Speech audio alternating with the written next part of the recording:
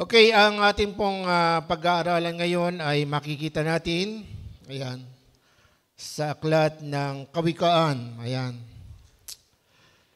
Aklat ng Kawikaan. Napakaraming mga topic na minsan po ay kinasasabihan natin, minsan ay inspired tayo. Pero pagdating po sa ganitong topic, alam nyo, marami po ang ayaw o marami ang umiiwas. Minsan po ay, hindi ko po sinasabi lahat, pero minsan nakakalimutan po yung ituro po ito. Kasi nga po ay minsan nakatutok po sa pagpapalago, pagpaparami ng miyembro, kailangan gawin natin lahat. So hindi po masama ang dumami tayo at nga po ang ating pangarap. Pero kahit ano po susumikap natin, kapag nawala po ito, topic na ito, talaga pong nagkakaroon po ng problema kahit po saan, sino. Last Sunday nga po ay merong nangyari ng isang Kristiyano na bago pa lang po siya, sa tindi ng kanyang galit ay nakasuntok siya. Isang suntok lang patay ang kanyang sinuntok. Bata pa po siya, 27 o 23 years old. Bago pa lang po siya umatin. Kaya nakakalungkot dahil iyon ay bahagi na ginagawa ng Diyos kasi nga po hanggang tayo ay merong itinatago sa ating sarili at di natin na sinusuko, ay yun po ang magiging, ayun po ang gagawa sa atin at kikilusan ng demonyo para po tayo bumaksak at sa gayon tayo po ay mapahamak.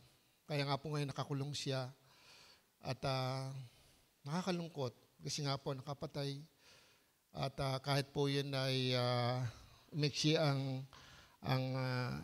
hatol, mahaba pa rin po yun. Hindi lang po baba ng 10 years lang po yun, di ba? Hindi tayo marunong sa batas, pero nakakalungkot. Kaya nga po, maging maingat po tayo sa pakikinig. Makinig po tayo. Huwag nating dayain ang ating sarili. Sabi ng Santiago, chapter 1 o chapter 2, ang nakikinig ng salita ng Diyos at hindi nagsasagawa nito ay dinadaya niya ang kanyang sarili. Paano pa kung di pa tayo nakapakinig? Opo. Kaya nga po, kung wala tayo napapakinggan, gaya ng bago lang, siyempre hindi pa masyado nagsisik in sa kanyang kaisipan, puso, yung mga salita ng Diyos. Siguro nakita niya masaya. Kasi yung church na natin na niya, masaya talaga. May sumasayaw, may ilaw, di ba? Pero isang saglit lang, di ba? Napakadali ang magpasya, di ba? Pero may dahilan naman siya eh. Mapakabait ng bata na yon. Kaya umiiyak nga yung pastor na yon. Sabi nga sa akin, umiiyak siya kasi mabait yung tao na yon. Kaya lang, ang hirap, di po ba? Konting pagkakamali mo lang. Kasi yung nasuntok niya ay lasing. Opo. Siyempre, kahit kabait-bait mong tao kapag ikaw ay napuno, di ba? Meron ganyan, kaya nga po napakahalaga yung tayo magsuko ng buhay sa Panginoon kasi hindi natin alam mangyayari.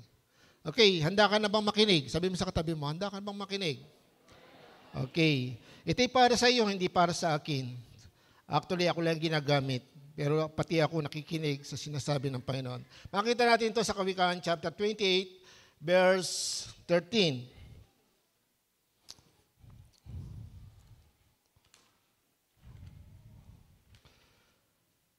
Kawikaan chapter 28, verse 13. Sabi dito, ang nagkukubli ng kanyang sala ay hindi mapapabuti.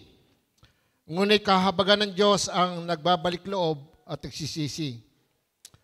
Sa English nga po, kinuha ko ito sa Good News. Ito rin pong Bible ko.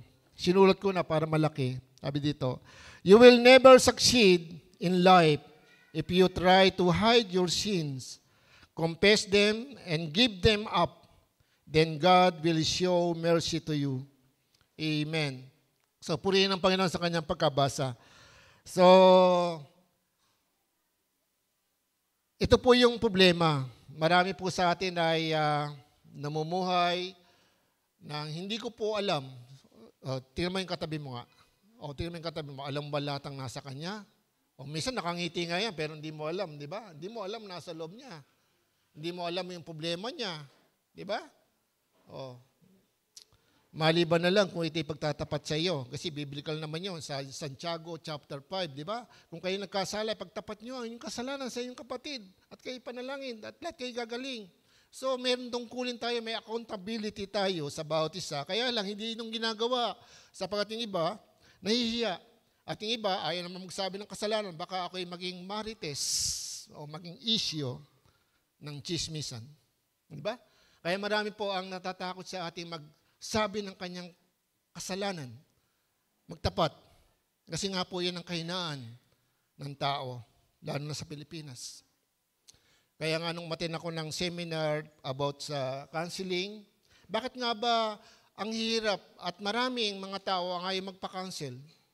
Ayaw humingi ng payo sa mga counselor, lalo na sa loob ng kapilya. Bakit? Kasi iniiwasan nga niya na baka pag-usapan yung kanyang issue ng kanyang buhay. Yung marites, di ba? Tsaka yung reputasyon niya. Kasi pagka chinichismis to, yung reputasyon ng tao, bumabaksak na, di ba? Nasisira.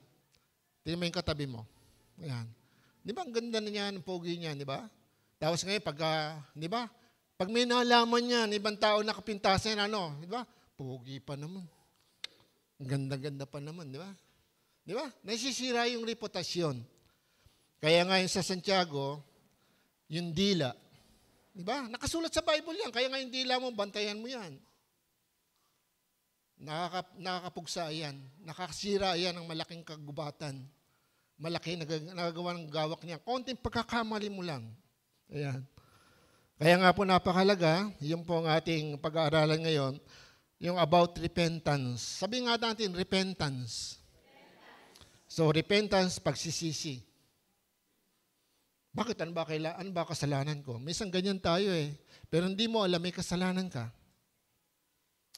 At minsan, ito po ay, tulad na sinabi ni Kangina, nadinig natin, nasanay tayo na kasi marami namang gumagawa, ba't ako magsisisi? Ba't sila gumagawa din? Parang nagkukumpara tayo. Di ba? Nagkakaroon tayo ng self-righteousness.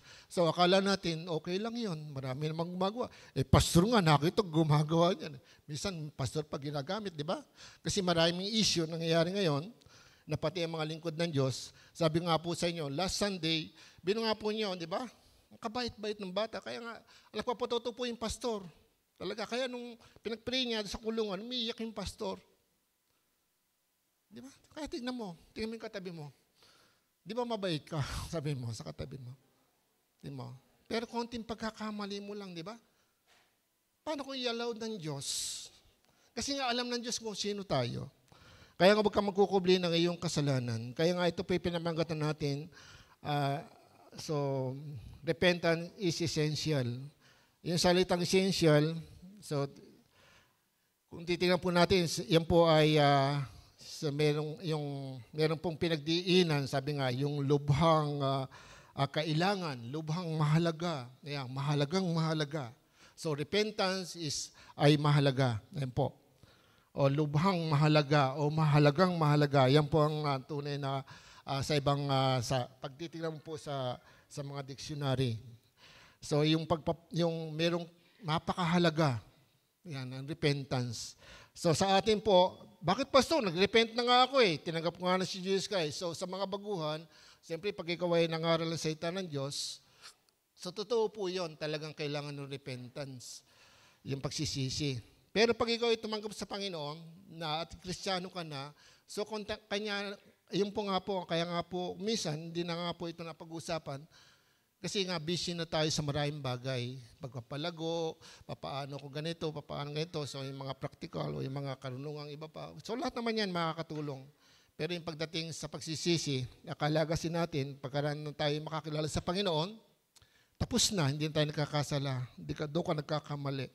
Napakarami natin dapat hingi ng tawad. At ang paghingi ng tawad, matapos tayo kumilala sa Panginoon, ang hihingi mo ng tawad ay hindi na yung kasalanan mo nung nagawa mo nung una hanggang sa tanggapin mo si Jesus Christ, kundi yung mula nung ikaw tumanggap kay Jesus Christ hanggang ngayon, dapat everyday ginagawa mo yan. Kaya nga ituro nga sa aklat ng sa turo ng Panginoon sa panalangin, di ba? Sabi ng, di ba doon sa ama namin, di ba? Sinabi nga, patawarin mo kami sa aming mga kasalanan tulad ng pagpatawad namin sa aming kasala sa amin, di ba? So, kailangan po yung patawarin mo kami sa aming mga kasalanan. So, yung paghingi ng tawad, araw-araw, ayan. Araw-araw pwede tayo magkasala, lalo na sa ating dila, sa ating mata. Di ba?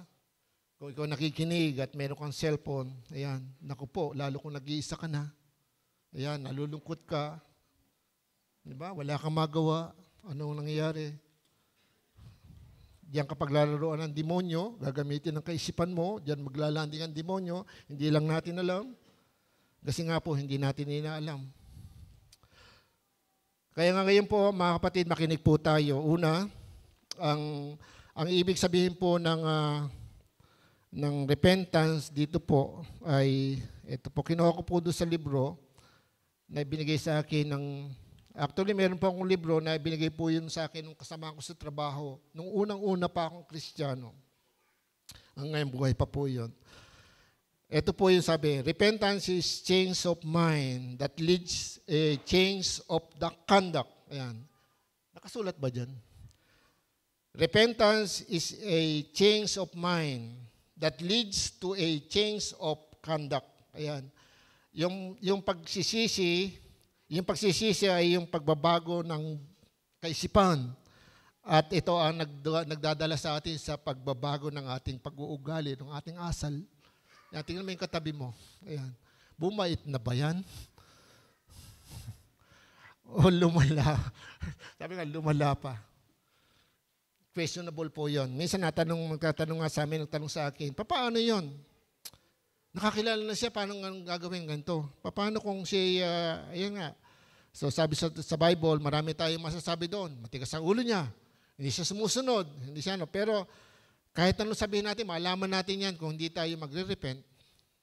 Paano na? Ito yung condition ng God para tayo magkaroon ng tunay na kaligtasan. Amen? Kaya po napakahalaga yon.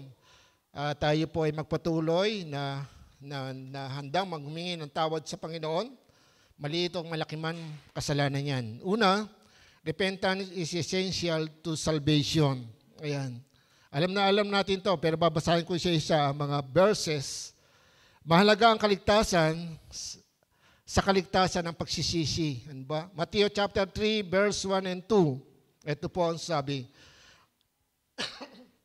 Mahalaga ito at ito po ay importante sapagkat sa pangangaral po ni Juan Bautista, ito po sa Matthew chapter 3, verse 1 and 2, sabi dito, siguro po ay yung 1 hindi ko nailagay, pero ganito po ang sabi sa verse 2, ganito ang kanyang sinabi, magsisi kayo at talikuran ang inyong mga kasalanan, sapagkat malapit na dumating ang kaharian ng langit. Doon po sa Matthew chapter 4, verse 17, nung si Juan Bautista ay ipakulong ni Herodes, makulong po siya, nagsimula pong mangaral si Jesus Christ. At ang sabi dito, magmula noon ay nangaral na si Jesus. Itinuturo niyang magsisi kayo at talikuran ang inyong mga kasalanan sapagkat malapit nang dumating ang kaharian ng langit. Kaya nga po, ang pagpasok sa kaharian ng langit, yung pong ating teaching ng kingdom, ang pagpasok sa kaharian ng langit ay kailangan mayroong pagsisisi. Kung walang pagsisisi, kasi pagdating po sa langit, yun po yung provision para po tayo luminis. Ang dugo ni Jesus Christ ang lilinis sa atin, pero hindi po yan magic. Ibinibigay pong libre ang salvation. Ang ginawa ng Panginoon ay given na, tapos na yan, ilang libong taon na nakaraan, at yan ay ino-offer sa lahat ng tao. Ayan. Pero hindi yan magaganap sa lahat ng tao kung di tayo magkakaroon ng tunay na pagsisisi. Yun ang part natin, magsisi. Kapag hindi ka nagsisi, ay meron pong dilubyo at merong kapahamakan, kaparusahan, at nakakatakot na mangyayari sa buhay ng isang tao. Kaya napakahalaga po yun. Yung pong tayo ay magsisi ng ating kasalanan. Lucas chapter 24 verse 47, Lucas 24 verse 47. Sa English po sabi dito, in His name, the message of repentance and forgiveness of sin must be preached to all nations beginning to Jerusalem. So, at sa kanyang pangalan, sabi nga doon, ay papahayag ang kaligtasan, ayan, ang tungkol tungkol sa pagsisisi at ang kapatawaran ng kasalanan, ng mga kasalanan ay kailangang ipangaral, ipahayag to all nation o sa lahat ng bansa.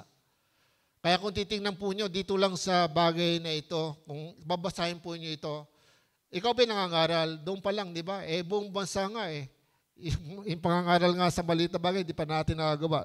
So, kaya nga, kung i-analyze po natin, marami tayong kasalanan. At ang batayan po natin para malaman natin kasalanan, ay ang salita ng Diyos. Actually, ang kasalanan sa 1 Juan Chapter 3, ang kasalanan sinabi doon, dinefine doon, ang kasalanan ay pagsuway sa kautusan. Kaya nga po, kung tayo sumusuway sa kautos ng Diyos, salita ng Diyos, tayo nagkakasala. Kaya nga, kahit maliit na bagay yan, hindi ka lang mag-pray, sabi nga, mag-pray ka lagi, hindi ka nag-pray. Di ba, tingnan mo nyo, kung naunawaan lang po nyo ang salita ng Diyos, hindi tayo lalagay doon sa parang nagmamalaki tayo at minsan binabaliwala natin ang ating ginagawa. Amen? Kaya napakalaga po yon. Sa pangalan ng Panginoong Jesucristo, ang pagsisisi at kapatawaran ng mga kasalanan ay dapat ipangaral sa lahat ng bansa. Ayan po. Ito po ang napakaganda, warning to all. Buksan po natin ang ating mga Bible. Ayan po, madalas na sinasabi ko na kailangan po may Bible po tayo sa sarili natin. Kasi po sa iyo yan. At kung ako po ay maraming Bible, na merong mga Bible ako, ang daming may mga kulay, may mga guhit. Ayan po, akin yun eh. Wala makikialam doon. Kasi nga pag merong verses na binigay natutuhan ko o tinuro, binuguhitan ko yun o kinukulayan o chinechekan ko. Akin to eh. Para pag uwi ko sa bahay, di ba? Madali kong makita kung sakali at maalala ko lagi pag binubuksan ko ang Bible ko. Kaya napakahalaga po yung magkaroon tayo ng salita ng Diyos. Personally, meron tayong pag-aari. At kung wala kang pag-aari, so punta ka kay Pastor Jello, meron pa yata diyan tayo ng Bible, di ba? Meron pa yata maibibigay. O kung wala, sabihin lang niyo, bibili tayo ng bago. Yan lang. Kaya lang, hindi tayo titingnan natin makabili tayo ng mahusay na Bible. May mga Bible kasi mumurahin lang. Ayan. Okay. Kaya napakalaga sa Lucas 13. Okay, basahin nga po natin, buksan po natin sa Lucas 13. Ayan. Lucas 13 verse 1 to 5. Ayan. 13, 1 to 5. Ayan, medyo ayan, gamitin ko na lang yung cellphone ko. So,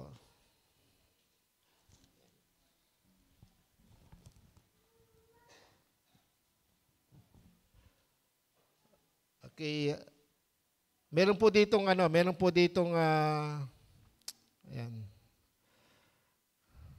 Okay. Lucas chapter 13, alam ko po nandiyan na kayo pero ako wala pa. So wait lang po. Okay. Ayan. So, Lucas chapter 13. Ayan. 13 verse 1 to 5. Ayan. Okay. Babasahin ko lang po sa cellphone ko. Sabi dito, dumating noon ang ilang tao at ibinalita kay Jesus na ipinapatay ni Pilato ang ilang mga taga-Galilea habang ang mga tao ay naghahanda ng Diyos. Sinabi niya sa kanila, akala ba ninyo dahil sa sinapit nilang iyon, higit silang masama kaysa mga ibang mga taga-Galilea? Hindi. Ngunit sinasabi ko sa inyo, malibang magsisi kayo at talikuran ng inyong mga kasalanan, mapapahamak din kayong lahat. Ang 18 namatay na nabaksakan ng tore sa Silo, sa akala ba ninyo higit silang makasalanan kaysa ibang naninirahan sa Jerusalem? Hindi, ngunit sinasabi ko sa inyo, maliban magsisi kayo, talikuran ng inyong mga kasalanan, mapapahamak din kayong tulad nila. Kapatid, itong mga aksidente na ito ay hindi po natala sa Bible. Pero ito po ay binalita doon sa senaryo at binalita po kay Jesus Christ. Pero dito po, pinaliwanag ng ating Panginoon na talagang may kapahamakan. At ang kapahamakan ginawa ng mga yung po doon sa sinasabi po ng mga nag-aaral ng Biblia o mga scholar, yung pong dugo ng mga sumasamba na yon ay hinalo sa dugo ng kanyang inahandog. Ganun po ang nangyari. At yung pong tore na nabaksakan, so hindi po yan nakatala sa Bible, pero yan po ay nasulat doon po sa senaryo na nagbalita kay Jesus Christ. At si Jesus Christ ang nagsabi nga po noon. Kaya nga po, ang napakahalaga doon ay yung sinasabi, para hindi kayo rin mapahamak. Actually, hindi lang po yung mamatay ka sa mundong ito.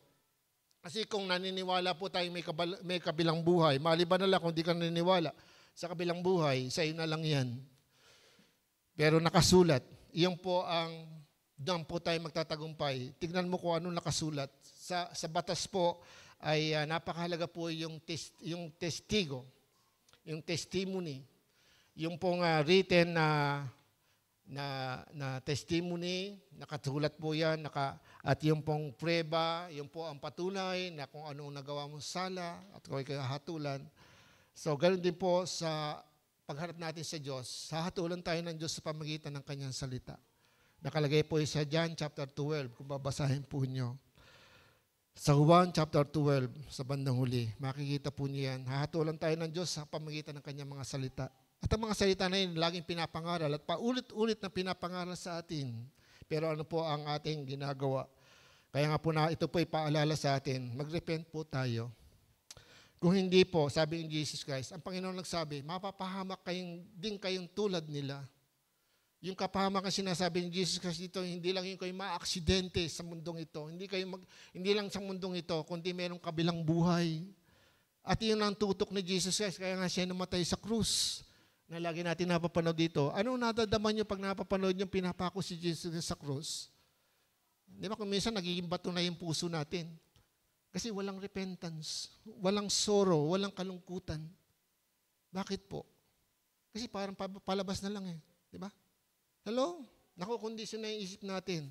At yun ang gusto ni Satanas. Huwag tayo magsisi. Pangalawa, do not hide your sin to God. Huwag mong itago sa Diyos ang iyong kasalanan. Sabi nga doon sa Kawikaan, chapter 28, verse 13a, huwag kayong magkukubli. Ang nagkukubli ng kasalanan ay hindi mapapanuto, hindi magtatagumpay. Amen? Hindi magtatagumpay. Kaya lang, ano bang kasalanan ko? Meron kasing kasalanang visible sins. At merong tinatawag na hidden sin. Ayan. Ano mo ba yung visible sin? Yung nga po yung visible sin. Halimbawa, gaya ako, ako po ay manginginom. Ako po ay maraming bisyo. Nakikita sa labas, di ba? Ako po ay maraming barkada, di ba? Ako po ay, nakapag-take din po ako ng marijuana, di ba? Minsan. Oh, di ba? Nakikita yan. Di ba? At madali itong magsisi kung tunay at hindi nagkukunwari ang pagsisisi. Walang pretension. Kasi nga po, ang tunay na born again, kaya nung na-born again po ako ay, yun nga po, unti-unti nabago ang buhay ko. Kasi kada attend ko ng Bible study, tumitimo sa puso ko yung mga salita ng Diyos. Kaya malaking bagay po yung ma-attend ng Bible study, lalo sa mga baguhan. Kasi wag natin sabihin na attend lang tayo. Sikapin po natin at lalo sa nagtuturo, pagtsagaan po natin, turuan po natin. At kung tayo naman po matagal ay hindi pa po talaga malago, kasi ang tunay na malago po ay yung talagang sumusunod na sa kalooban ng Diyos, hindi lang po yung humahayo o nag-aakay ng kaluluwa, kundi yung personally sa kanyang sarili na bago na po. Kasi kung walang pagbabago, parang sinungaling ang Bible. Sa 2 Corinto chapter 5, verse 17, ang sino man nakipag-isa kay Jesus Christ, isa ng bago nila lang. Wala nang dating pagkatao, siya ay bago na. Kaya tingnan mo yung katabi mo, bago na yan. Amen? bago na tayo. Pero ang tanong lang, bakit tayo namumuhay pa sa dati? Kasi nga po, yun nga po yung sinabi kanina, kasi yung ulo natin, kaya lang matigas talaga yung ulo natin, di ba? Sa bungo. Pero yung pangkalooban yan, di ba? Yung nasa loob niya, malambot yan eh. Di ba? Utak yan eh. Di ba? Pero sa mga pilosopo, hindi. Wala man ikaw ulong malambot, di ba? So, hindi po siya sabing matigas ang ulo ay yung pong sa bungo. Hindi po. Kaya minsan ay mayroong mga salita tayo na minsan ginagawa na lang biro. Pero sa Bible yan, nakasulat yan, matigas ang ulo. Kaya lahat ng bagay, pwede po natin sabihin na yan po ay nasa akin. Huwag po natin ilayo. Ako sa sarili ko, lagi po akong humingi ng tawad sa Panginoon.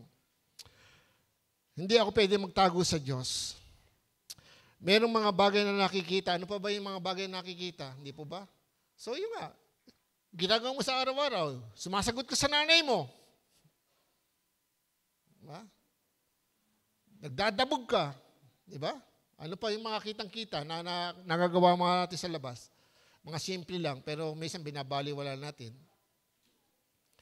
Kasi pag tayo ang mga anak ng Diyos kasi wala na tayong contact gano'n sa labas. Baliban na lang iba, taga mahilig pa, may contact pa.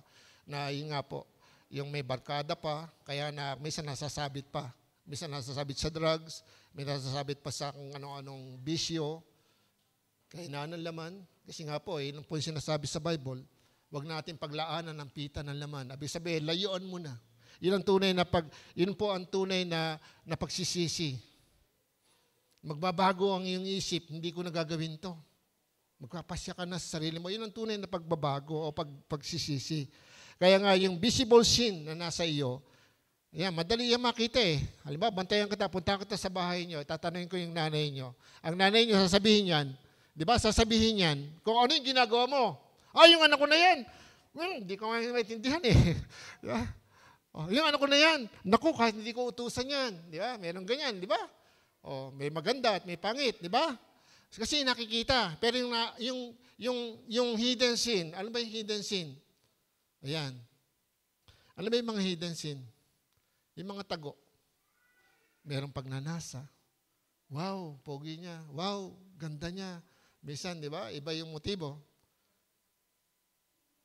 Ano pa? Selos. Di ba? Samaan loob. Pero, ngiti-ngiti, yeah, pero may selos. Amen? Panghihinayang. Di ba? Ano ba yung mga hidden sin na sa atin? Pride. Mayabang. Kaya pala bigay ng bigay na, Brad, ako na bahala dyan. Sige, mayabang. Gusto makilala. Amen? Ano pa? Ang dami dyan, di ba? Yan unforgiveness. Di ba? Minsan nangingitian pero kala mo sino, di ba? Sa loob niya. Merong iniisip na masama. Pero wag lang masabi na hindi siya Kristiyano, nakikita sa kapilya, hi din. Pero dito na naman, di ba? May iniisip siya, dito na naman to. Di ba? Unforgiveness. Ang dami.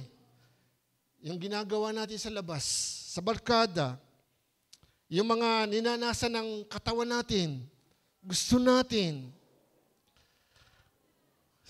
Sino ba sa'yo makakapagtago sa ginagawa natin sa Diyos? Sino ba? Wala. Wala tayong maitatago. Napakahalaga po yun na yung pagsisinungaling, di ba? Yung pagkukunwari. Paano kung malalaman kung nagsisinungaling kayo? Siyempre, pag sinabi niyo sa akin, opo, pastor, opo ng opo, pero wala naman, hindi naman totoo. Nagbabasa ka ba ng Bible para hindi lang mapahiya? Opo, pastor, nagbabasa ako. Pero sa totoo, hindi naman siya nagbabasa. Akala nila papagalitan ko, kaya nga nagmi-meeting kami dito. Sino sa inyo hindi nagbabasa ng Bible? Sabi niya, pastor, hindi ako makabasa ng Bible. Kaya tinuro ko yung katabi, sabi ko, sister, turuan mo siya na makapagbasa. Kasi accountability po natin to. Akala natin, pag inamin natin ang kasalanan natin sa pastor, pagagalitan tayo kaagad. Hindi po. Pangangaralan tayo. At ayaw natin mapangaralan kasi ayaw natin magsisi. Tama ba? Anong mangyayari kung hindi ka magsisi? Hindi natin nasunod ang kalooban ng Diyos. Kaya maraming lumapit sa akin nung sa simula pa, mula pa nung siya ay dalaga, lumapit sa akin tapos meron siyang malaking problema na hindi ko pwedeng sabihin sa inyo at hindi ko pwedeng sabihin kanino man. Tinulungan ko siya. Laging pagtatawag siya sa akin, sabi, Pastor, ito na lang po. Sige, mag-pray tayo. Hindi ko sinasabi, mag-pray tayo. Tinutulungan ko siya sa prayer. For 1 year, nakalaya siya. Naging maganda buhay niya ngayon. Amen? Bakit po? Nagkaroon siya ng repentance. Nagkaroon siya ng pagsisisi. Kasi ang tuloy nagsisisi, gumagawa ng paraan para makabalik. Amen? Hindi na nagpapatuloy sa pagkakasala. Pero kung pretended, nagsisisi lang, kasi nga, di ba yung magnanakaw pag nahuli, sorry na po. Tapos pag yung may napatay, nahuli, humihingi po ako ng tawad sa akin napatay, 10 taon na nagtatago at 10 taon na napatay yung napatay, tsaka palang magsisisi. At saka yung unforgiveness. O may ginawa nga sa iyo pero wala kang pagpapatawad. Hidden sin po yun. Ano sabi ng Bible? Pinatawad ka ng Diyos. Namatay si Jesus para sa iyo. Magpatawad ka, anak. Diba? Sabi ng Biblia. Pero hanggang ngayon, hindi tayo marunong magpatawad. Sabihin, hindi humingi ng tawad sa akin yun. Walang sinabi sa Bible na pag humingi sa iyo ng tawad, yung doon ka lang magpapatawad. Dahil yung magkuyong ka lang ng galit, tampo, hinanakit, kasalanan na yan sa harapan ng Diyos. Dahil ang Diyos ay pag-ibig. Hello? Kaya never ako po ay, sasabihin ko sa inyo, nagtatanim ng sama ng loob, pero sumasama loob ko. Umiiyak ako minsan at sinusuko ko ang sarili ko sa Panginoon. Amen? Kasi hindi makakatulong yan sa aking paglilingkod. Hindi ko sinasabing pastor ako. Kahit hindi pa po ako pastor, inaalagaan ko na yung aking sarili. Ayoko po makasakit ng kapwa sa aking sarili. Kung saktan nila ako, okay lang. Titiisin ko na lang. Mula nung ako'y nakakilala sa Panginoon. Pero nung hindi pa ako kilala sa Panginoon, huwag mo akong sasalingin. Makikita mo. Huwag mo akong sasalingin. Di ba? Sa laki ko ito, di ba? Amen? Ganun po ang ugali ko. Huwag mo akong sasalingin. Pero nung ako'y makakilala sa Panginoon, binago tayo ng Panginoon. At kahit ano ang sabi mo sa pagtawanan mo ko, i-chismis mo ko, walang problema, hindi ako masasama loob sa iyo. Pero siyempre, sasama loob ko. Pero hindi ako magtatanim ng sama ng loob sa iyo. Kasi alam ko, mahal ka ng Panginoon. Alam ko, babaguhin ka ng Panginoon. Amen. Kaya wag natin tingnan yung tatay natin na laging gagalit sa atin. Minsan, baka ayaw niya pag-pray. Baka kaya, pray niyo, mapunta sa impyerno yung inyong mahal sa buhay. Hindi po yan, kasalanan yan. Dahil galit ka. Alisin mo yung galit mo. Amen? Alin pa yung mga, kayo nakakaalam yung mga tagong kasalanan. Amen? Yung mga pornografiya, sino nanonood ng pornografiya? Lang namang kikita mo yan. Di ba? Minsan di ba? Oh. Sino sa inyo? Gumagawa ng mga lihim na kasalanan. Pero alam po ba nyo, yung mga hipokrito po ang tawag dyan. Kaya nga po, ang tawag po doon sa Matthew chapter 23, yung pong mga Pariseo ay sinabihan ng Diyos na ganito. Matthew, sa aklat ng Matthew, tingnan natin. Okay, dito na lang po. Okay, Matthew. Ayan. Okay, Matthew. Ayan. Sa Matthew chapter 23, ayan, verse 27 to 28. Ayan. And 27 to 28. Ano po sabi dito?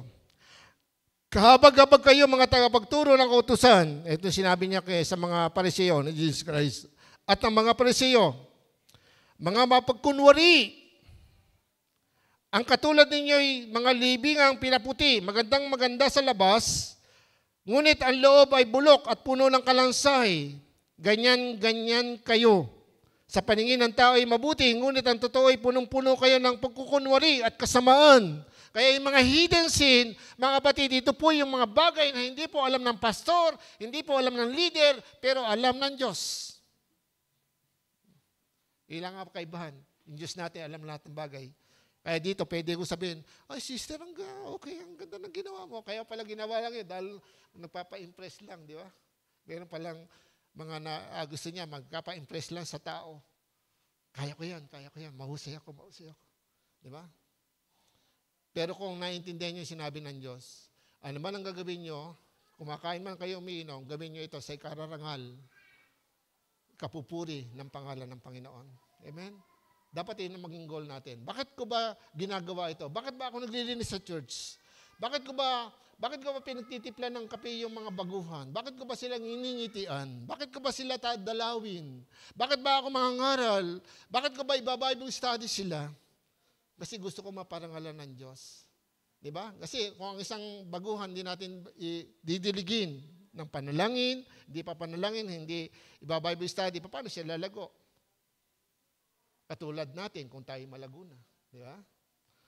Yun naman ang accountability ng bawat isa sa atin. Hindi po dapat tayo manatili na nag-iisang Kristiyano. Dapat may ginagawa tayo. Kasi pag wala kang ginagawa, sinungaling ang Bible, di ba? Magiging sinungaling ang Bible kasi lahat tayo may kaloob. Binigyan tayo ng mga tanging kaloob ng Espiritu Santo. Kaya wag mong sabihin wala kang kakayanan. Amen? Meron. Ayaw mo lang gawin dahil, una, siyempre, tinatamad tayo, ayaw natin ng responsibilidad. Ayaw natin na utusan. Di ba? Pero diyan po tayo tinawag bilang isang pamilya, kaya tayo mga anak ng Diyos, magkakapatid. Sa magkakapatid, meron po yung accountability sa bawat isa. Pag nangangailangan ng pera ang bawat isa, di ba, anong ginagawa? Bunso, may pera ka ba? Wala nga eh. Ito, di ba? Anong ginagawa di ba? Ganun lang, magkakapatid, di ba? Pag may mga problema, di ba? Nagtutulungan. Ayan, sa awit 139, tingnan po nyo, awit 139. Okay, buksan po nyo yung Bible, makikita po nyo mabuti. Okay, awit 139, yung pinakantang kanina, so titignan po nyo, halos dito po kinuha yun. Okay, awit, ayan. Awit 139, ayan. 39, verse 1 to 5, 1 to 4, ayan. 1 to 4, ang sabi dito, ako'y iyong sinisiyasat, batid mo ang aking buhay, ang lahat kong lihim, Yahweh, tiyak mong nalalaman. Kanta yun, di ba? Ang lahat ng gawin ko sa iyo ay hindi linggid. Kahit ikaw ay malayo, batid mo ang aking isip. Verse 3, ako'y iyong nakikita, gumagawa o hindi man, ang lahat ng gawain ko ay pawang iyong nalalaman. Di pa ako umimik, yaong aking sasabihi. Sasabihi, alam mo ng lahat, iyon. Lahat ay di nalilihim. Amen? Paano ka magtatago sa Diyos? Sa verse 7, kaya nga sabi na Haring David dito, sabi doon sa verse 7, talon po natin, sabi, saan ako magpupunta? Upang ako'y makatakas sa ibang espiritu, ako ba'y makakaiwas? Sa ibang sali ng presensya? So ano ba sa atin po ngayon? Di ba? Asan na ang Holy Spirit? Nakapagtago ka ba sa Holy Spirit? Ang sabihin, hindi ka ba born again? Kung hindi ka born again, baka mapunta ka sa impyerno. Kasi ang pagpunta sa impyerno, kailangan ma-born again. Hindi yan religion. Yan ay proseso na ikaw ay magkaroon ng pagsisisi sa iyong kasalanan dahil dapat mong ma-realize na ikaw ay tao, ikaw ay makasalanan at namatay si Jesus sa kasalanan mo para yung kasalanan mo ay hindi na ikaw magbayad. So, yung po, proseso yun at kailangan magsisi at tanggapin si Jesus sa iyong puso, manampalataya ka sa Kanya. At tatatawarin ka niya at bibigyan ka niya ng buhay na walang hanggan. Buhay ka pa, meron ka ng buhay na walang hanggan. So, yun po yung pagiging born again at magkakaroon ka ng Holy Spirit, papasok sa iyong puso. Yun po ang katibayan at tatak ng pagkakahirang at pagkakaligtas sa iyo ng Panginoon. Ligtas ka na. Kaya lang mga kapatid, minsan ako po ay naiyak. Kasi nanonood ako sa YouTube. Meron pong napatotoo doon na, yun po, madalas yung pinapanood ko yung gano'n eh. Siya po ay hindi leader. Kristiyano siya. Hindi ako leader, hindi ako popular. Hindi ako pastor. Pero maniwala kayo, nanaginip ako. Maraming maiiwanan sa church. Naiyak ako kasi nga po ay Ang hirap, di ba? Ang hirap. Kung kayo po ay nagmamahal sa akin, di ba? Hindi ba kayo malulungkot kung ako ay maiwanan? Di ba? Ako nalulungkot kasi titingnan ko, di ba maganda yung lahat. Pero yun po, Amerikano po yan kasi sa Amerika, maraming kasalanan.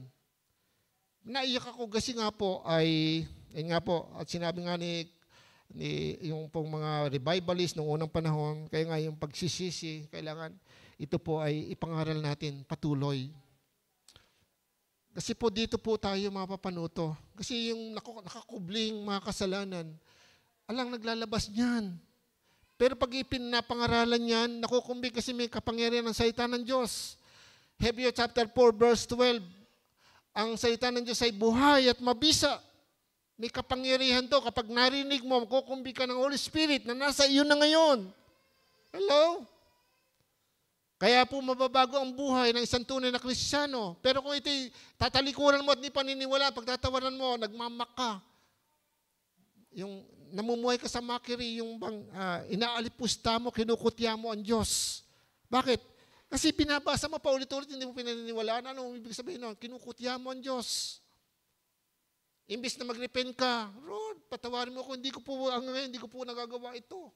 Hindi ko magawang magpatawad, mainitin ang ulo ko talaga, Lord, patawarin mo ako.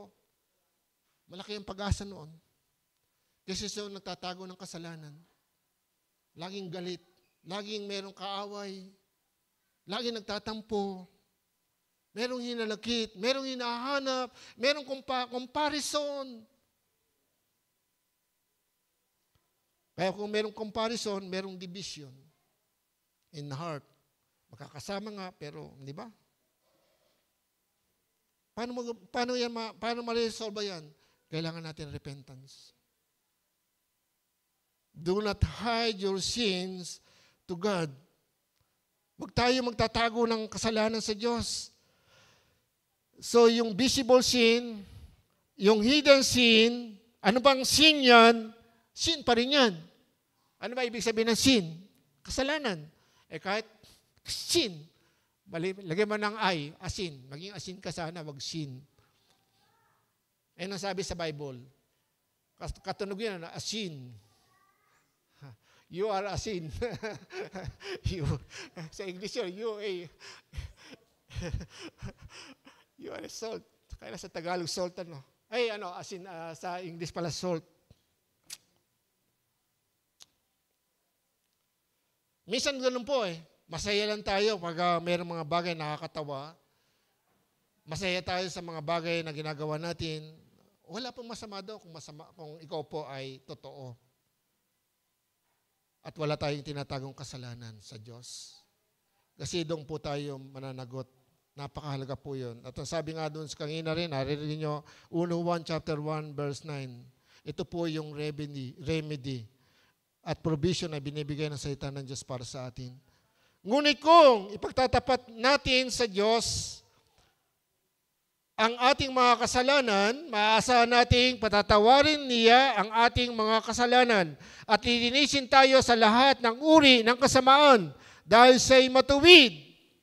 Para sa iyan, mga kapatid, kahit ikaw ay baguhan o datihan, hindi po sabi nga po, hindi pwedeng sabihin mo, tapos na ako dyan. Hindi po. Para matapos ka, mamatay ka na. Pumunta ka na sa langit.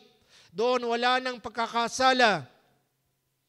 Pero hanggang nabubuhay tayo, wag mo lang sabihin, magagawa mo ang lahat ng bagay. Hindi po. Kahit ako, hindi ko masasabi, kailangan ko ang Panginoon. Kailangan ko magsisi. Kailangan ko ang Holy Spirit.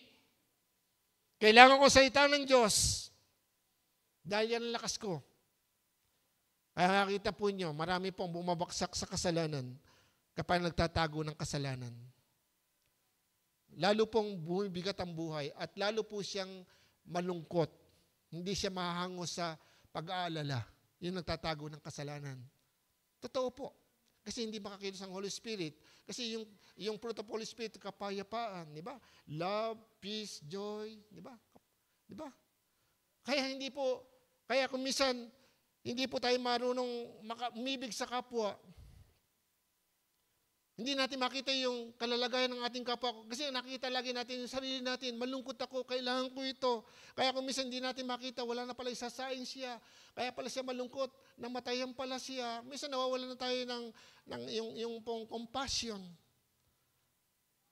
Hindi na tayo marunong tumingin ng pangangailangan ng tao. Pero tandaan po nyo, nung si Jesus Christ sa Matthew chapter 9, nung sabi nga niya, naglalakad siya sa baryo, sa bayan, at nakita niya maraming tao, sila ilito, alto, paypay, sabi, nahabag ang Diyos. Ang sabi ng Bible ngayon, ang gusto ng Diyos, ng Ama, ay tayong mga hinirang niya, ay maging katulad ng kanyang anak. Kung katulad ka ni Jesus Christ, tapos wala kang nakikita, wala kang ginakahabagan, yung kapitbahay mo na lagi nag-aaway, hindi ka nahabag. Naiinis ka lang, sana mawala na yung mga kapitbahay ko na to. Baka ganun ang imbis na makatulong. So, gawa po ng demonyo yan, paghiwalay tayo. Kaya nga po, marami hindi mabawas o hindi mawala ang abayan. Pati gera, hindi magawa, hindi mawala. Alam po ba nyo, napakabuti po ng Panginoon kasi sa Nigeria, ang daming pinapatay ngayon. Mga Kristiyano. Hello? Tapos inano nga po doon sa CBN, di ba? Yung brutal na pagpatay sa mga bata, mga Kristiyanong bata po. 6 years old, brutal. Sabi nga nung naiyak siya nung sinasabi niya, binabalita niya. Sabi niya, hindi ko maintindihan kung bakit nagawa ng karaniwang tao to.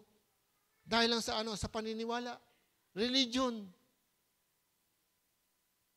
At yun ang nakasulat sa Bible.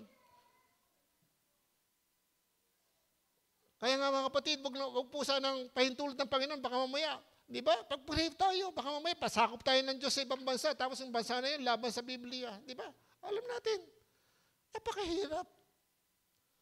Pero ngayon po, ang kalaban natin, sarili lang natin eh. Opo, kaya lang, yun nga po, sa pangangaral, makinig po kayo. Pananagutan po namin ito. At pagkatapos ito, hindi po kami tumitigil na kami nangangaral. Kaya sabi ko, pag nangangaral tayo, di ba? Sabi nga sa Bible, sa Acts chapter 6, ang pangangaral ng salita ng Diyos at pananalangin ay hindi dapat magkahiwalayan.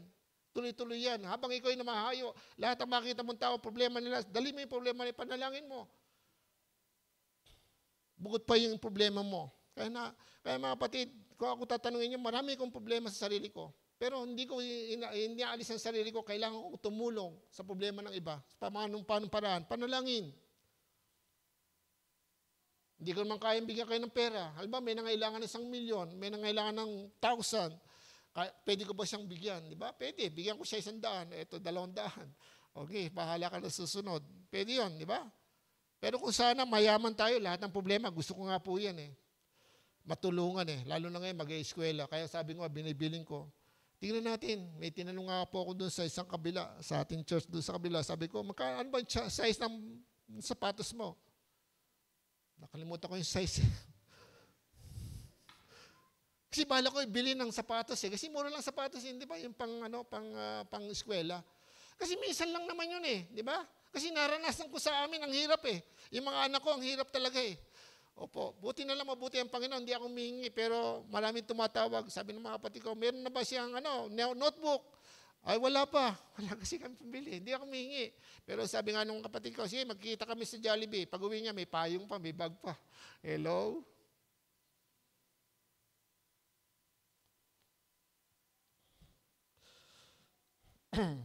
Iyan po ang nagagawa ng tunay na pagsisisi, nababago ang buhay. At pangatlo, we are safe and secure by true repentance until the Lord's coming.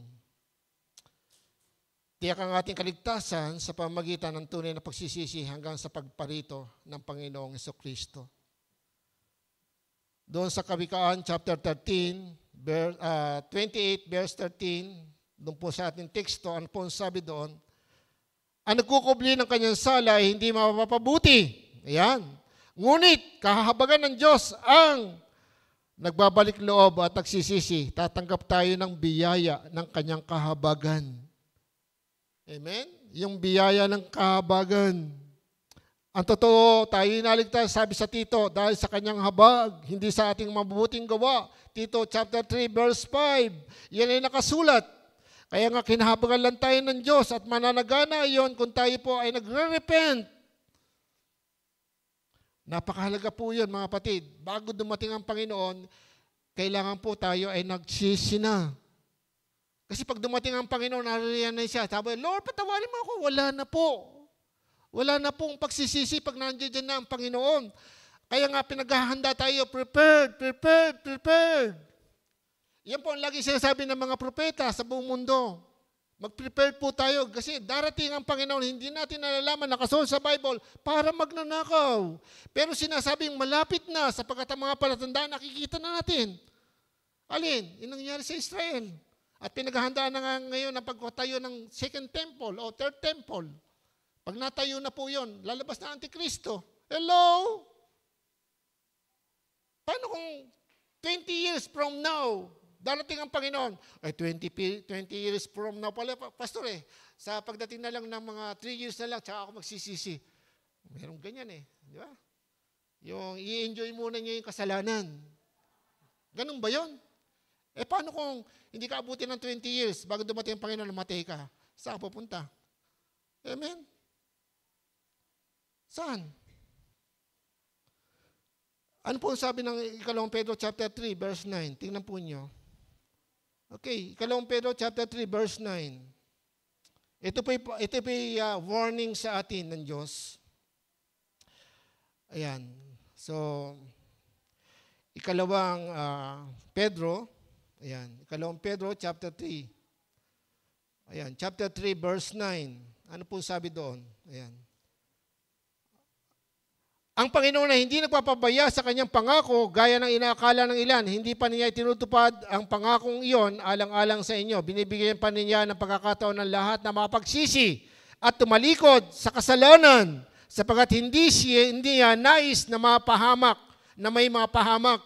Hindi po nangangahulugan sinabi itong hindi niya nais na may mapahamak ay safe na tayong lahat. Hindi po. Yung kondisyon na hiningi dito ay magkaroon ng pagsisisi at pagtalikod sa kasalanan. Ang tunay na pagsisisi, ayon sa Biblia, ang kahulugan po niyan ay nasa dalawang bahagi. Pagsisisi at pagtalikod sa kasalanan. Hindi pwede nagsisisi ka na walang pagtalikod. Peki po yun. Hello?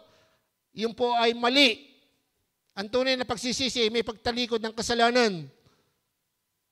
At minsan, meron pong sinasabi, nakasuot sa Bible, merong sorrow, merong kalungkutan. At yung tunay na kalungkutan na yon ay galing sa Diyos.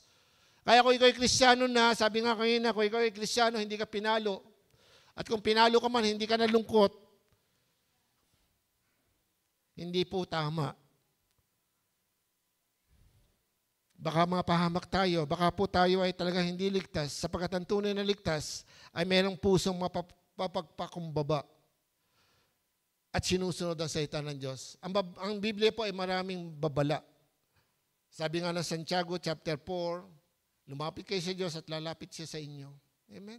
Lumapit tayo sa Diyos. Paano tayo lalapit sa Diyos kung tayo merong hidden sin? Merong hidden sin.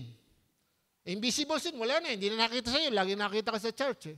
Nagmi-ministry pa nga Pero yung hidden sin, paano?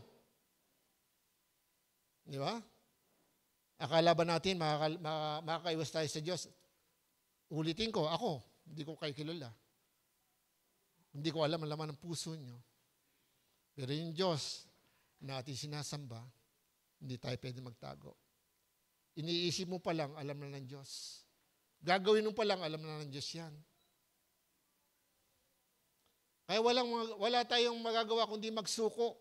Humingi ng tawad kung tayo nagkamali.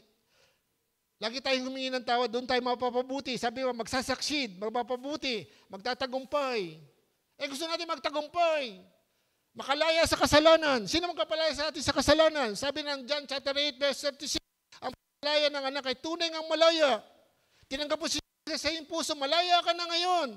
Pero ang pabuhay mo, hindi ka nagiging malaya. Bakit? Binibigyan mo ng pagkakataon ng laman.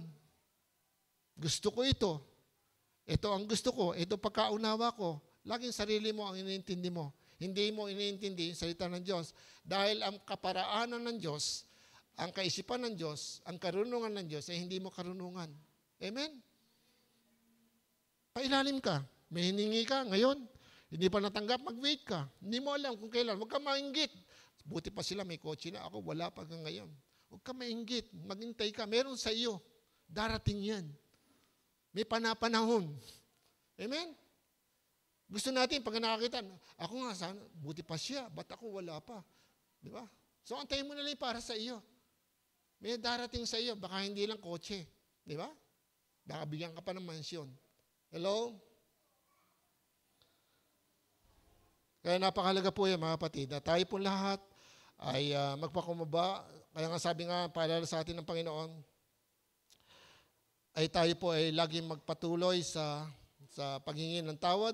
At kung hingi po tayo ng tawad, so ito po yung sinabi sa Mateo chapter 3. Ayan po, buksan nga po natin at dito po tayo magtapos. Mateo chapter 3, ayan.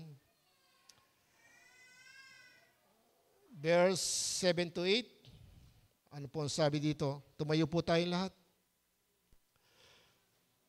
Nang makita niya lumalapit din sa kanya ang maraming Pariseo at mga Saduseo upang mapabautismo, sinabi niya sa kanila, lahi ng mga lupong! Akala ba ninyo makakaltakas kayo sa parusa ng Diyos? So sinigawan niya yung mga Pariseo. Patunayan muna ninyo sa inyong mga buhay na kayo talaga nagsisisi. At huwag ninyong akalain na makakaiwas kayo sa parusa ng Diyos dahil sa sinasabi niyong ama niyo, si Abraham.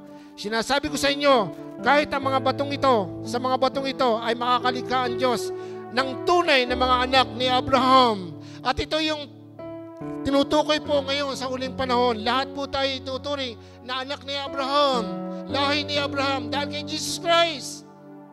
Dahil sa ating pananampalataya. Pero kung sasabihin mo, nagsisisi ka na yung kasalanan, tinanggap mo si Jesus Christ, o nagsisi ka ng una, binalikan mo uli yung kasalanan.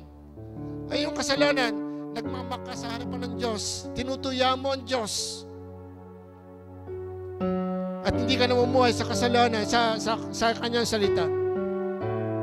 Sa kabanalan. Tinawag tayo ng Diyos sa kabanalan. Kaya yung sanctification, kailangan po maintindihan natin, napakalaga po. Yung sanctification, pagpapakabanal. Napakalagang sangka po niya yung pong repentance. Yung tayo po ay nagsisi ng ating kasalanan. Di ba paki-play nga, bago po, paki-play nga yung kayong video ko. Meron po akong patotoo dito. Maupo muna po uli kayo, sandali lang. May papapanood po ako sa inyong video. At yung iba po ay nakita na to, pero maganda yung ulitin natin. Sige po. Walang sound naman. Siguraduhin panoorin ito hanggang dulo. Noong gabi ng Marso 1, 2025, napunta si Jack sa impyerno sa isang panaginip. Nakita niya ang maraming pamilyar na mga mukha na nagpupumiglas sa apoy sa matinding sakit at takot. Pinagsabihan siya ng isang kaibigan, "Ikaw ay makasarili, kasuklam-suklam na tao. Itinuring kita bilang isang tunay na kaibigan. Ngunit bakit hindi mo ibinahagi sa akin ang ebanghelyo? Bakit hindi mo sinabi ang tungkol sa impyerno? Ngayon, pinapanood mo akong nagdurusa, hindi ba nasasaktan ng iyong konsensya? Ang kanyang tiyuhin ay nagreklamo. Bakit hindi mo sinabi sa akin ang tungkol sa mga kahihinatnan ng pagtanggi kay Jesus? Kung alam kong mapupunta ako sa impyerno, tinanggap ko sana siya. Paraming kapamilya at mga kaibigan ang sumaway sa kanya sa hindi pagbabahagi ng ebanghelyo. Isang boses ang nagsumamo, bilisan mo at ibahagi ang ebanghelyo sa mga buhay pa." Lumuhod si Jack at umiyak sa sakit. Nang magising siya, naunawaan niyang ito ay paalala ng Diyos. Napagtanto niya na kailangan niyang ipangaral ang ebanghelyo at iligtas ang mga hindi pa nakakakilala sa Panginoon. Mahal kong mga kapatid, paparating na ang malaking kapighatian. Amen. Kung ang iyong pamilya at mga kaibigan Amen. ay hindi tinanggap. Okay, mga kapatid, bago po tayo magtapos, may patutok po sa inyo. Ang tatay ko po, na born again po, dahil po sa isang film showing sa Tabang at pangangaral ni Pastor Ruben tungkol sa impyerno, tungkol sa kaligtasan. Doon po nagsimula ang tatay ko. Ang tatay ko po ay nung nabubuhay, bumagsak po siya sa pambababae. Lumayo po siya sa aming bahay, sa amin. nahiwalay. At nung maubos po yung pera, iniwanan siya ng babae at siya bumalik sa amin. Kinukwento ko po ito pati ng tatay ko. Opo. Nung bumalik po siya sa amin, nalulungkot siya. Sinisisi siya ng mga kamag-anak niya. Sabi niya, kung kailan ka tumanda, tsaka nagkaganito. Hindi niya malam kung anong gagawin niya. Tapos napunta po siya doon sa isang film showing na yung Burning Hell, na ang isang makasalanan ay pupunta sa impyerno. Tapos nag-preach si pastor ng salvation, pagtanggap kay Jesus Christ. Doon po nagsimula. At doon po kami nagsimula rin. Dahil kami naging bunga ng tatay ko. Dahil yung pastor na yon ay dinala niya sa bahay namin. Kaya mga kapatid, nung pong pinadala ito ni Sister Elmi sa kanyang mga kaibigan at sa kanyang pinsan, dalawa kagad ang tumawag. Meron palang impyerno. Mga kapatid, kung minsan padala tayo ng padala kung ano-ano. Pero si Jesus Christ, hindi ba sabi nga dito, mga lahi kayo ng alupong. Di ba? 2 years siyang nangangaral. Walang gumagawa niya ngayon. Di ba? Minsan, self-righteousness, maraming alibay. Kasi parang pinatitigas na lang ang puso. Marami namang gumagawa niyan eh. Ang dami nga dyan. May ganyan ginagawa ko, ginagawa din niya eh. Hindi yun ang batayan para mapunta ka sa langit. Manapa, yan ang batayan. Mapunta ka sa impyerno at doon ay may uod at hindi na mamatay ang apoy nung makakain sa iyo. Kaya mga kapatid, ito pong pagsisisi ay hindi lang po sa mga baguhan na bago tumanggap sa Panginoon, kundi tayo din. Saan tayo nabubuhay ngayon? Nabubuhay ba tayo para sa Panginoon o para sa ating sarili? Nabubuhay ba tayo para sa laman o para sa spiritual na buhay? Ang nabubuhay sa spiritual ay nagsisikap sa mga bagay na spiritual, sa mga salita at pagsunod sa salita ng Diyos, sa utos ng Diyos. Pero yung namumuhay sa laman, kung ano yung gusto ng laman, kung ano yung naiisip, naunawaan, pinagpapasiyahan sa buhay, pangarap, yun po ang kanyang sinusunod. Hello? Pero hindi pinapabayaan ng Diyos ang ating sarili dahil hindi pa tayo patay. Mga kapatid, marami pa tayong lalakbayin sa buhay. Hindi ko alam kung ako yung mabubuhay ng mahaba. May edad na rin po ako, pero ang isang maiwan ko sa inyo, magsisi kayo ng inyong kasalanan. Mapapanuto kayo. Tumayo po tayong lahat. Amen. Hallelujah.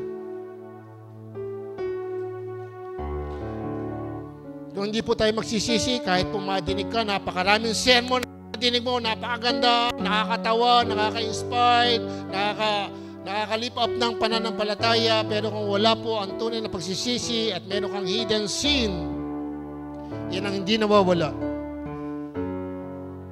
sa buhay ng tao. Ang hindi ka nagbabago at hindi mo sinusuko yan sa Panginoon, hindi ka mapapabuti. Pero pag ikaw ay nagsuko ng buhay sa Panginoon, magaganap sa iyo yung Jeremiah 29 verse 11. Ang sabi ng Panginoon, ako lamang ang nakakaalam ng plano para sa inyo. Mga planong sa ikabubuti nyo, hindi sa ikapapahamak. Mga planong magbudulot sa inyo ng masagana o mabuting kinabukasan.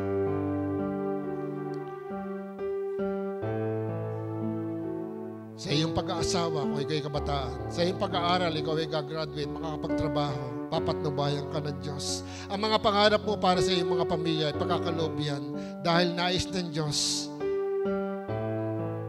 na pagpalain ka at ang iyong sambahayan. Kaya hindi sa mga magulang, ang iyong pangarap sa iyong mga anak ay makatupad. Gawin mo lang ang part mo bilang magulang. Ipangaral mo ang salita ng Diyos. Walang puknat, walang tigil sa iyong mga anak. Ilang po magagawa natin. Kasi panag-asawa na yan, wala ka na magagawa. Kundi magpayo na lang, ipanalangin sila at sabihan.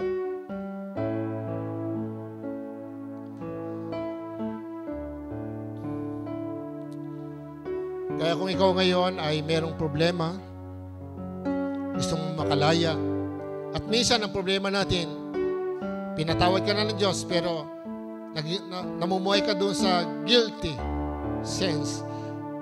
Lagi mo inisip, kundi dahil sa akin, ayaw mong patawarin na yung sarili. Kasalanan din po yan. Patawarin mo yung sarili. Huwag tayong tumulad kay Judas. Kinilala niya na siya ay nagkasala pero hindi siya nagsisi. Si Esau, pinagpalit niya sa isang pinggang pagkain ang kanyang karapatan bilang panganay. At sa bandang huli, kahit siya'y umiyak, lumuhod, lumuha, hindi niya maibabalik ang kanyang ginawa. Gayun din po tayo mga kapatid. Kung hindi tayo magsisisi, sasadyain pa natin magkasala at alam natin kasalanan, tandaan nyo, lahat ng yan ay pupunta sa impyerno.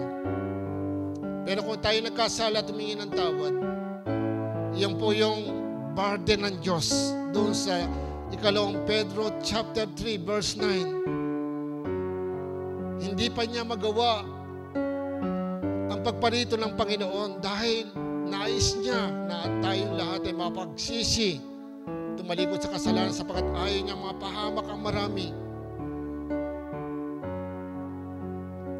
Pero pagkatapos noon, katulad ng pangangalan ng ganito at wala tayong pagsisisi, mananagot po tayo sa harapan ng Diyos.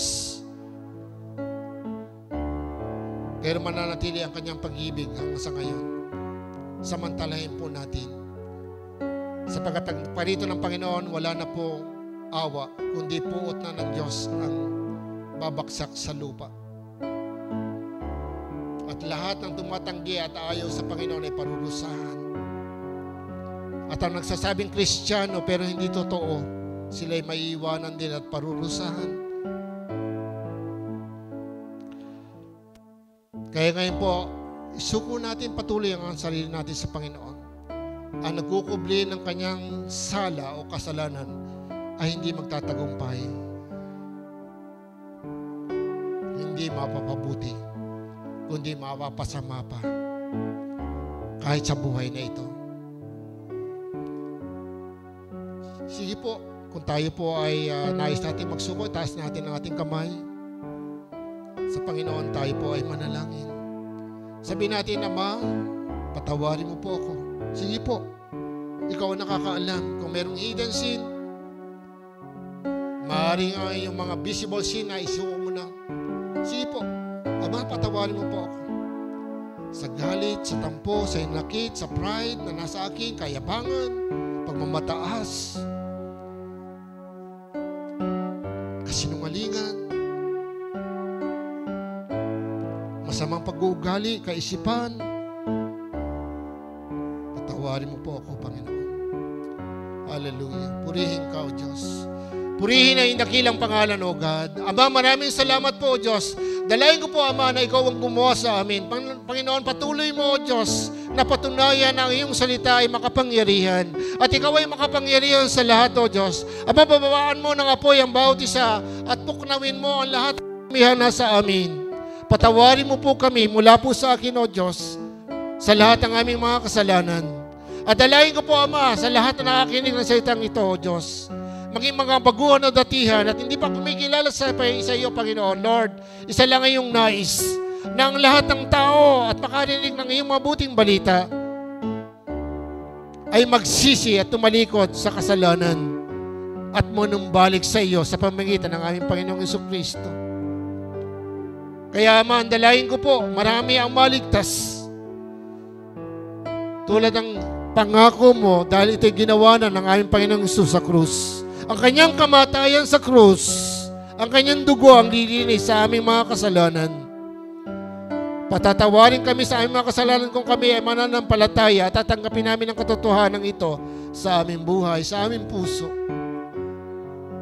Ama, maraming salamat at dalayan ko po, Ama, tulungan mo ang bawat isa, O Diyos, sa bawat araw at sa bawat pagkakataon na buhay na pinigay mo sa amin, makapaglingkod kami sa iyo, Diyos, sa iyong salita. May bahagi namin.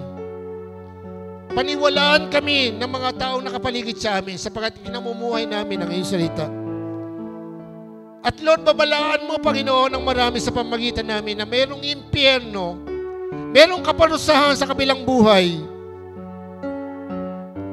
na kung saan ang lahat ay gumagawa ng kasalanan na nasulat sa iyong salita, O Diyos. ay parurusahan. Ngunit ang sino man tumanggap sa iyo na kasalaman, sabi mo, O Diyos, kung mananalangin, sila ay patatawarin kung sila ay humingi ng tawad. At sila ay ikukumbik ng iyong kapangyarihan, ng iyong Santong Espiritu. Kaya po, O Diyos, tiyak na maliligtas ang bawat isa sa amin kung tunay kaming mananampalataya. Sapat hindi mo pababayaan, O Diyos, na ang bawat isa sa amin ay manatili sa putik ng kasalanan. Kaya, O Diyos, salamat po sa araw na ito. Nananiwala po ako, gigisingin mo, bubuksan mo ang puso at kaisipan ng bawat isa. Ang mga kabataan, ang mga bata, ang mga nanay at mga tatay na narito at na nakakinig ng salitang ito, O Diyos. Tutulungan mo ang bawat isa sapagkat tinanggap ka namin sa aming mga puso. Itutuwid mo kami, Panginoon, at ang aming bansa, O Lord, ay matutulungan namin, ang aming komunidad, ang aming kapitbahay, ang aming kapwa, ay matutulungan namin sapagkat, O Diyos, Ikaw ay nasa amin at nalulugod ka sa amin dahil sa aming paghingi ng tawad sa aming mga kasalanan. Salamat po, Ama. Inaangkin ko po, Lord, lalo po ngayon magbubukas na naman ng school. Ang mga estudyante po namin, Lord, pagpalain mo sila at samahan sa kanilang kaisipan, sa kanilang puso, sa mga tukso, ilayong po sila. Itanim mo sa kanilang mga puso ang iyong mga salita. Ilayo mo sila sa mga tukso, sa masamang barkada, masamang kaisipan, masamang pagnanasa. At dalayan ko po, Ama, yung mga estudyante na nangangailangan ngayon, Lord, financially, materially, Lord, sa pag-enroll, sa pagbili ng mga gamits, sa kanilang mga uniforme, Lord, at sa babaunin sa araw-araw. Ngayon pa lang po, Diyos, patuloy kong inaangkin, Lord, lahat ng provision bibigay mo, yung sa Ontario High School, College, at ang mga magulang, O Diyos, na problema, Lord, tutulungan mo sila, Panginoon. Ibigyan mo sila ng karunungan sa maraming bagay. At Lord, yung mga nagninegosyo, bless mo po ang kanilang mga negosyo. Lord, yung mga naghahanap buhay, Lord, yung blessing, yung promotion, yung mataas sa sweldo, maranasan po nila, O Diyos. Ingatan mo sila, Panginoon. Lagi po sila magpasalamat sa iyo sapagkat ang pangako mo sa bawat isa ay pagpapalain mo kami higit pa sa aming pangangailangan. Lamang ang sabi mo, upang kami may magamit sa pagtulong, sa pagkakawang gawa. Kaya, O Lord, buksan mo ang puso ng bawat isa na yung pong ulan ng pagkapalang dumating man sa buhay namin ay hindi namin ipagkait sa nangangailangan. Sapagat ito rin po ang bahagi ng tunay na mayroong pagsisisi at pagkawala namin sa pagiging selflessness, O God, o pagiging makasarili o yung greediness. Kaya, Panginoon, dalangin ko po ang iyong pagkapala sa lahat, O Diyos.